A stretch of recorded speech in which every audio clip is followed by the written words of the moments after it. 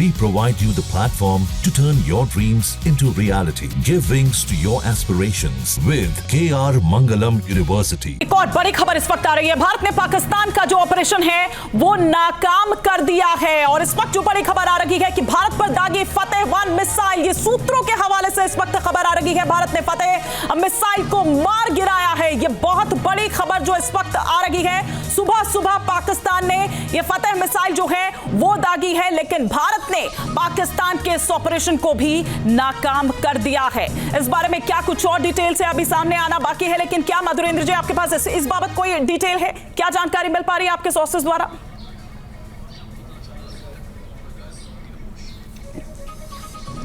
देखिए, सूत्रों के मुताबिक हमें जानकारी है कि सिरसा की तरफ इसको इंटरसेप्ट किया गया है और सिरसा की तरफ इंटरसेप्ट करके पाकिस्तान के इस हमले को नाकाम किया गया है।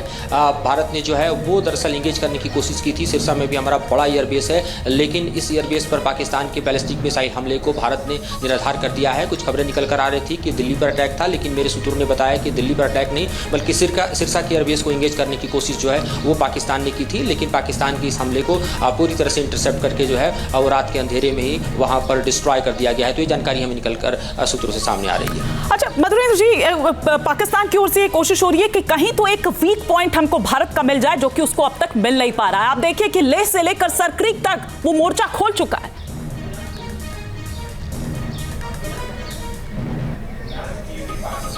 देखिए, बिल्कुल आप कल रात ही देखें तो वेस्टर्न से लेकर नॉर्दर्न बॉर्डर पर और निश्चित तौर पर आप देखिए तो तकरीबन हम कह सकते हैं कि 2.5 दर्जन से ज़्यादा शहरों को भारत के पाकिस्तान ने टारगेट करने की कोशिश की। और पाकिस्तान का जो टारगेट था वो पूरी तरह से देखा जाए तो जो अमानवीय तरीके से था, वो इसलिए क्योंकि पाकिस्तान ने जो इंगेज करने की कोशिश की वो ख़ास तौर पर शहरी इलाकों को इंगेज करने की कोशिश की, आबादी को इंगेज करने की कोशिश की और पॉपुलेटेड एरियाज जो हैं उनको इंगेज करने की कोशिश की। जो लगातार पाकिस्तान का एग्रेसिव रवैया रहा है उसमें पाकिस्तान का दरअसल आतंकी चेहरा आप देख सकते हैं, जो कि अमानवीय और कुकृत्यों से भरा हुआ है। पाकिस्तान लगातार भारत को उन इलाकों को इंगेज करने की कोशिश कर रहा है जहां पर आबादी रहती है, और ये भारत बर्दाश्त कर नहीं सकता कि वो उसके आवाम को टारगेट करे। और इसीलिए भारत ने एक बार फिर देखिए तो पाकिस्तान के जो रिहायशी इलाके हैं उसको टारगेट नहीं किया, बल्कि जहां से भारत के खिलाफ एग्रेशन किया जा रहा था, हमले किए जा रहे थे, उन एयरबेस को टारगेट किया। चाहे नूर खान की बात करें या रावलपिंडी की बात करें या सरगोटा की बात करें, और ये पाकिस्तान के तीनों एयरबेस जो हैं वो पाकिस्तान में दरअसल दहलते नजर आए। यहाँ पर धमाके और यहाँ से उठते धुएं ही नहीं बल्कि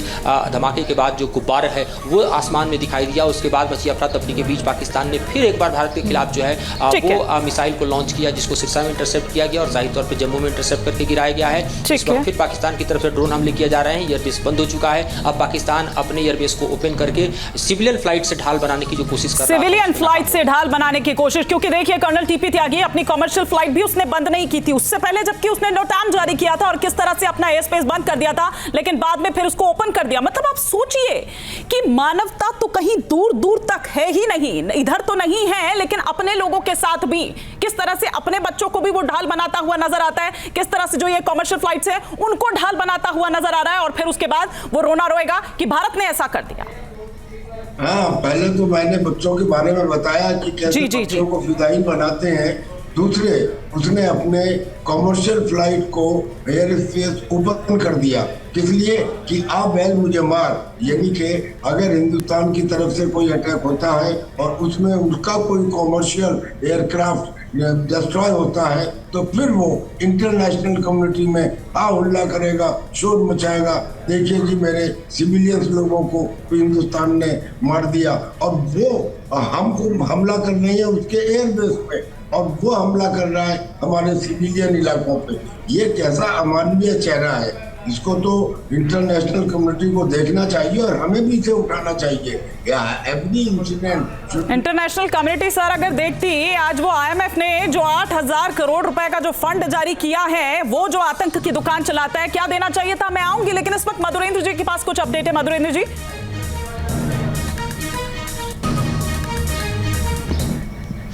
देखिए श्रीनगर में 2 और धमाके हुए हैं। अभी श्रीनगर के आसमानों में 2 धमाके हुए हैं उड़ते हुए। देखिए धमाके के बाद जो है अफरा तफरी मची है। आसमान में देखिए किस तरह से जो पक्षी हैं वो अपने घोंसले को छोड़कर उड़ चुके हैं और यहाँ पर अफरा तफरी का माहौल जो है वो इस वक्त श्रीनगर में भी दिखाई दे रहा है। इससे पहले भी 2 धमाके हुए थे, 2 धमाके और हुए हैं और धमाकों की आवाज़ जो है वो आप समझिए कि इन पहाड़ियों के पीछे यानी जो प्रसिद्ध रोड है गुपकार रोड, जहाँ पर दरअसल हम कह सकते हैं कि उसको टारगेट करने की कोशिश हो सकती है या फिर श्रीनगर की एयरबेस को टारगेट करने की कोशिश हो सकती है, हमें सर्टेन नहीं है। लेकिन 2 धमाके की बड़ी आवाज़ अभी 2 मिनट के भीतर सुनाई दी है। इससे पहले 2 धमाके की आवाज़ 10 मिनट पहले सुनाई दी थी, यानी श्रीनगर को भी इंगेज करने की कोशिश की जा रही है। श्रीनगर का एयरबेस भी जो है बंद है और जाहिर तौर पर पाकिस्तान जो है वो किसी भी हद तक जा सकता है, वो सिविलियन पॉपुलेशन हो या एयरबेस हो या मिलिट्री बेस हो या कोई भी इलाका हो, वो बिल्कुल ही हम कह सकते हैं कि अनसर्टेन तरीके से अपने मिसाइल को या फिर ड्रोन को लॉन्च कर सकता है। अभी जो धमाके की आवाज़ सुनाई दी है उस पर अभी और जानकारी एवेटेड है, लेकिन मैं आपको बता दूं कि श्रीनगर भी दरअसल इस वक्त हमले की जद में है, जहां पर आप देखें तो तकरीबन सुबह से चौथा धमाका हम कह सकते हैं और उसकी आवाज़ सुनाई दे रही है। तो ये इस वक्त की स्थिति है। मधुरेंद्र जी प्लीज आप अपना भी बहुत ख्याल रखिएगा और प्लीज आप सेफ जगह पर रहिए जहां से भी आप रिपोर्टिंग कर रहे हैं, लेकिन अपना भी आप बहुत ख्याल रखिए। कर्नल त्यागी का मैं एक बार वापस यहां पर रुक करना चाहूंगी। कर्नल त्यागी आप अपनी बात कंप्लीट करिएगा, लेकिन मैं बात यहां पर कर रही थी IMF की, क्योंकि आपने इंटरनेशनल कम्युनिटी की बात कही। ऐसे सपोर्ट करने की बात अलग हो कि जबानी जमा खर्च आपने कर दी, ऐसे निंदा करने की बात अलग होती है, लेकिन वो IMF जिससे वो बार बार कर्ज लेता है और हमने देखा उसका रिकॉर्ड किस तरह का रहा है कि किस तरह से वो आतंक के लिए, आतंकवाद के लिए उन पैसों का इस्तेमाल करता रहा है। एक बार फिर से भारत के विरोध के बावजूद भारत वहां पर वोट नहीं करता है। क्या करें ऐसे में इसका, इस इंटरनेशनल कम्युनिटी का? देखिए ये हमको समझ लेना चाहिए, this is the deep state of America. 8,000 crore रुपए उन्होंने फिर दोबारा से IMF ने दे दिए। इससे पहले के नहीं दिए गए हैं, अभी तक रिपेमेंट नहीं किया गया है। IMF की शर्तों में शामिल है सबसे पहला repayment of the earlier loan which Pakistan has not done.